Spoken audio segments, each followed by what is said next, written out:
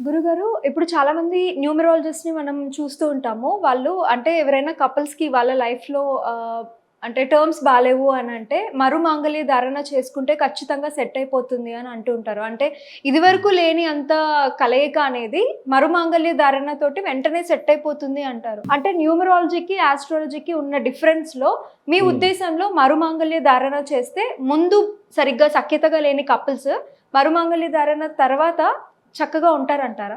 అంటే యాక్చువల్‌గా ఈ మరుమాంగల్య ధారణ అనేటువంటిది న్యూమరాలజీలో పుట్టింది కాదు యాక్చువల్‌గా. హుహు. తమిళనాడులో ఇది ఎక్కువగా పాటిస్తూ ఉంటారు. ఓకే. తమిళనాడులో వాళ్ళు ఎలా అంటే, ఇప్పుడు ముహూర్తం అనేటువంటిది ఉంటుంది కదా! ఈ ముహూర్తంలో గనక దోషం ఉంది. ఫస్ట్ ఒక వివాహం జరిగింది. ఆ ముహూర్త దోషం ఏర్పడింది. సప్తమ స్థానం పాడైందనుకోండి. హ్మ్. అప్పుడేం చేస్తారంటే, మరలా ఇంకొక ముహూర్తం పెట్టి, మరలా తాళి కట్టిస్తారు అదే అమ్మాయితో ఒకటి. రెండవదేంటంటే, వాళ్ళ జన్మజాతకాల్లో 2 వివాహాల దోషమున్నా అటు సైడ్ అలా జేస్తారు. హ్మ్. ఈ 2 రకాలు. కానీ ఆహ్, ఇది మరుమాంగల్యాన్ని ఇటు సైడ్ మనకి కదిలీ వివాహము, అర్క వివాహం అని జేస్తారు. మన కుంభ వివాహం అని. ఇదెలా అంటే హ్మ్. వాళ్ళకేదైనా 2 మ్యారేజ్ యోగం ఉందనుకోండి. హ్మ్. అప్పుడేం జేస్తారు వివాహానికి ముందే అరటి చెట్టుకి వివాహం జేస్తారు. లేదా జిల్లేడు మొక్కకి వివాహం జేస్తారు. ఓకే. అప్పుడేమవుతుంది మొదటి వివాహం ఈ రూపంలో క్లియర్ అయిపోయింది. హ్మ్. రెండో ఇది మామూలుగా వాళ్ళకి ఇష్టపడిన వాళ్ళతో వివాహం జరుగుతుంది. హ్మ్. ఇది. అయితే ఇందులో ఈ మరుమాంగల్య సంబంధించినటువంటిది ఏదైతే ఉందో నేనేమంటానంటే ఫస్ట్ ఆఫ్ ఆల్ మీరు మరుమాంగల్యం చేసుకోవడమా ఇవన్నీ కాదు. ఫస్ట్ ఆఫ్ ఆల్ ఏంటంటే ఎందుకు గొడవ వస్తుందనేది అర్థం చేసుకోవాలి. హ్మ్. భార్యాభర్తల మధ్యన గానీ, ఇద్దరు ఫ్రెండ్స్ మధ్యన గానీ ఎందుకొస్తుంది అంటే వాళ్ళ సహజత్వాన్ని వీళ్ళు యాక్సెప్ట్ చెయ్యరు. మనిషి హ్మ్. యొక్క సహజత్వం ఒకటుంటుంది. ప్రతి మనిషికి ఒక సహజత్వం ఉంటుంది. హ్మ్. మనిషికి కాదు ప్రతి ప్రాణికి, ప్రతి జీవికి, ప్రతి జంతువుకి, ప్రతి దానికొక సహజత్వం ప్రతి మొక్కకు గూడా ఉంటుంది. హ్మ్. ఆ సహజత్వాన్ని యాక్సెప్ట్ చేసినప్పుడు గొడవ రాదు. ఓకే. మెయిన్ ప్రాబ్లమ్ అక్కడొస్తుంది. అవును. అంటే ఎట్లా అంటే సింపుల్‌గా ఎగ్జాంపుల్ చిన్న అర్థం చేసుకోవాలంటే కొంతమందికి సరిగ్గా మాట్లాడడం రాకపోవచ్చు. హ్మ్. చిన్నప్పటి నుంచి అట్లా ఉంది. ఇప్పటికిప్పుడు నీ దగ్గరికి వచ్చినప్పుడు నువ్వు ఒక ప్రొఫెషనల్‌గా మాట్లాడాలంటే ఎలా మాట్లాడతాడు ఆ వ్యక్తి అమ్మాయి కావచ్చు, అబ్బాయి కావచ్చు. హ్మ్. ఇంకో టాలెంట్ గొప్ప టాలెంట్ ఉండొచ్చు. అంతే కదా! ప్రతి మనిషిలో పాజిటివ్స్, నెగెటివ్స్ కామన్‌గా ఉంటాయి. హ్మ్. ఇక్కడేంటంటే ఒకటి సహజత్వాన్ని అంగీకరించకపోవడము. అంటే నేను ఎలా చెప్తానంటే ఇంకా క్లియర్‌గా అర్థమవ్వాలి. తీగ ఉంటుందమ్మా. హ్మ్. తీగలు అల్లుకుంటూ వెళ్ళిపోతాయి కొన్ని. కొన్ని ఇంత వృక్షం ఇంత పెద్దగా స్టెమ్‌లా లెగుస్తాయి. హ్మ్. మీరు తీగని చూసి ఇదేంటి చండాలంగా ఇలా తిరుగుతూ వెళ్ళింది అని దాన్ననుకోని, దీన్ని చూసి ఇదేంటి ఇంత పెద్ద బ్రాంచ్ ఇంత పెద్దగా ఇలా వచ్చిందనుకుంటే దాని అర్థమేముంది? ఇది ఇలా తయారు చేశాడు భగవంతుడు దాన్ని. దీన్ని ఇలా హ్మ్. తయారు చేశాడు. దాన్ని చూసి ఎంజాయ్ చేసి యాక్సెప్ట్ చేయాలి.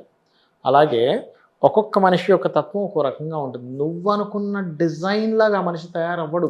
హ్మ్. ఆ మనిషి ఉన్న తత్వాన్ని నువ్వు యాక్సెప్ట్ చేయాలి. అవును. సహజత్వాన్ని యాక్సెప్ట్ చేసి దాన్ని ఎంజాయ్ చేయగలగాలి. వాళ్ళ మాట తీరు కావచ్చు, వాళ్ళుండే హావభావాలు కావచ్చు దాన్ని.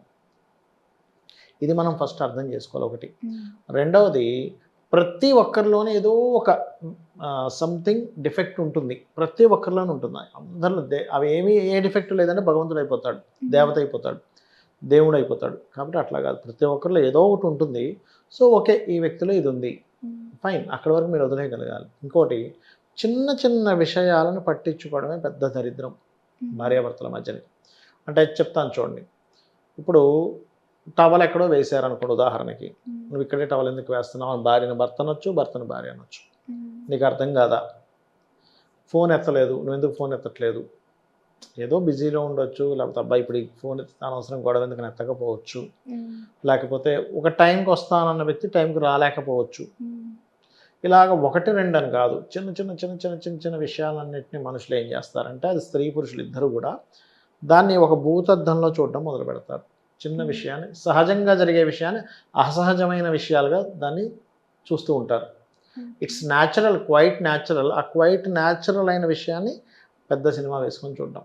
హ్మ్. ఇక్కడ అందరికీ ప్రాబ్లమ్ వస్తుంది. భార్యాభర్తలకనే కాదు. దీన్నేం జేస్తున్నాము, అసలైన ఈ విషయాల్ని మర్చిపోయి మనము మరుమంగలు చేసుకుందామా, లేకపోతే ఇంకోటి చేసుకుందామా, ఇంకోటి చేసుకుందామా. అది గూడా ఉంది. అది లేదనట్లే. హ్మ్. ముహూర్తంలో దోషమున్నా దాని ప్రభావం చూపిస్తుంది. జాతచక్రంలో సప్తమ స్థానము, 12వ స్థానం పాడైతే గూడా దాని ప్రభావం చూపిస్తుంది. 100% జ్యోతిష్ శాస్త్రంలో దాని పరంగా ఇదుంది. అయితే హ్మ్. నేనేమంటానంటే, ఇప్పుడు ఒక కారుందమ్మా. కారు మీరు కొనుక్కున్నారు అనుకోండి. మీరు కారు కొనుక్కొని డైరెక్ట్ షోరూమ్ నుంచి చేసుకొని వచ్చేస్తారా? ముందు ప్రాక్టీస్ చేస్తున్నారా కారు? ముందు ప్రాక్టీస్ చేయాలి. ముందు డ్రైవర్ దగ్గర మనం వెళ్తున్నాము, వెళ్ళి అక్కడికి వెళ్ళి నేర్చుకుంటున్నాం కారు ఎలా డ్రైవ్ చేయాలని. అవును. తల్లిదండ్రులు, ప్రతి తల్లిదండ్రి కూడా సంసారం అనేటువంటి దాంట్లోకి పంపించేటప్పుడు స్త్రీకి కానీ పురుషుడికి కానీ చెప్పాలి అంటారండి. చెప్పాలి, నాన్న మనుషులు ఇలా ఉంటారు, సో నువ్వు అందరూ యాక్సెప్ట్ చేయగలగాలి, నువ్వు ఫస్ట్ ప్రేమని ఇవ్వాలి. చాలామంది నన్ను అడుగుతుంటారు, ఏమండి నాకు వచ్చే భార్య మంచి భార్య వస్తుందా, నాకు మంచి వ్యక్తి వస్తాడా, నన్ను ప్రేమిస్తాడా, నన్ను బాగా చూసుకుంటాడని అడుగుతాను. ఒకటే చెప్తా, ప్రేమ అనేటువంటిది ఇచ్చే పదార్థం, తీసుకునే పదార్థం కాదు. అది నువ్వు చూపించే పదార్థం. నువ్వు పొందాలనుకునే పదార్థం ప్రేమ కాదు. పొందాలని ఎప్పుడైతే అనుకుంటావో నువ్వు బాధపడుతూ ఉంటావు. ఎందుకంటే పొందడం అనేటువంటిది అన్లిమిటెడ్గా ఉంటుంది వీడి ఆలోచనల్లో. నువ్వు ఇవ్వడంలోనే చూపించాలి ప్రేమను ఎప్పుడు కూడా. నువ్వు ఇవ్వు అంతే, అది వస్తే బోనస్ అనుకో. అసలు నువ్వు వస్తాదని యాక్సెప్ట్ చేయకుండా, అంటే నువ్వు అసలు ఎక్స్పెక్ట్ అనేది అసలు చేయకూడదు ప్రేమ విషయంలో. ఇవ్వడం వరకే. ఎందుకంటే చూడండి, తల్లి ప్రేమ స్వచ్ఛంగా ఉంటుంది. ఎందుకంటే తల్లి ఎప్పుడు ఇవ్వాలనే చూస్తుంది, పొందాలని చూడదు పిల్లల విషయంలో.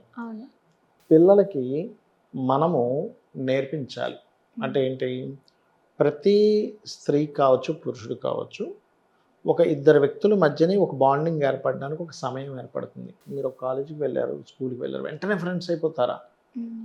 కొన్ని రోజులు అలా అలా అలా అలా అలా అలా ఒక ట్రావెల్ అవ్వగా బెస్ట్ ఫ్రెండ్స్ అవుతారు. ఫస్ట్ డేనే బెస్ట్ ఫ్రెండ్స్ అయిపోరుగా, అంతే కదా.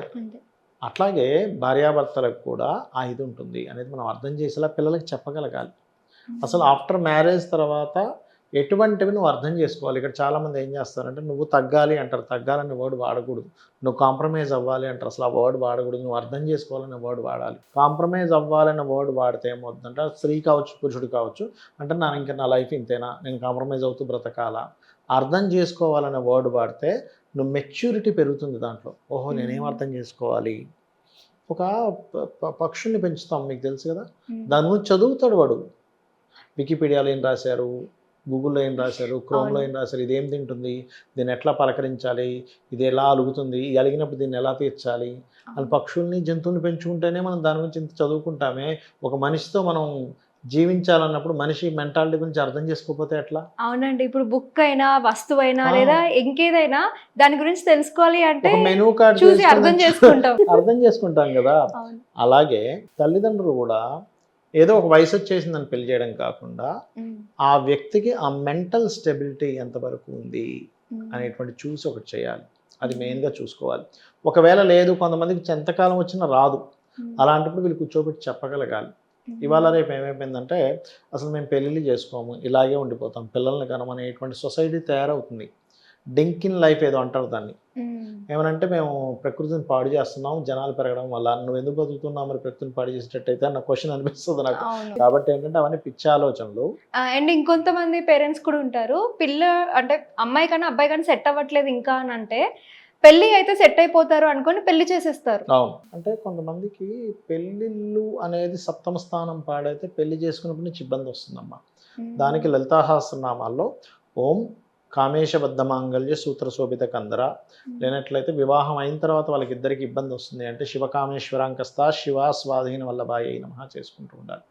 ఆటోమేటిక్గా ఏమవుతుందంటే వాళ్ళిద్దరి మధ్యనే ఒక మంచి బాండింగ్ అనేటువంటిది పెరగడం జరుగుతుంది. ఇక్కడ ఏంటంటే ఏమీ లేదు, నువ్వు ఒక మనిషి, అవతల వ్యక్తి కూడా మనిషే, ఎందుకు నువ్వు కనెక్ట్ అవ్వలేకపోతున్నావు అనే దాన్ని ఒక చిన్న దాన్ని అర్థం చేసుకోగలిగితే చాలు. నువ్వు ప్రేమను చూపించు, ఇంకా వాళ్ళకి అది అర్థం కాకపోతే మనం ఏం చేయలేము. అయితే మరుమాంగళ్య ధారణ అనేటువంటిది మాత్రం ముహూర్త దోషం ఉన్నప్పుడు చేస్తారు. ముహూర్తంలో దోషం ఉంది, ఏదో తప్పుడు ముహూర్తం పెట్టారు, సప్తమ శుద్ధి లేదు, లగ్న శుద్ధి లేదు, ఆ సమయంలో వివాహం చేస్తారు, ఆ ముహూర్తం వల్ల ఇబ్బంది వస్తుంది. అప్పుడు ఇంకొక మంచి ముహూర్తం పెట్టి మళ్ళీ చేస్తారు. తమిళనాడు సైడ్ చేస్తారు.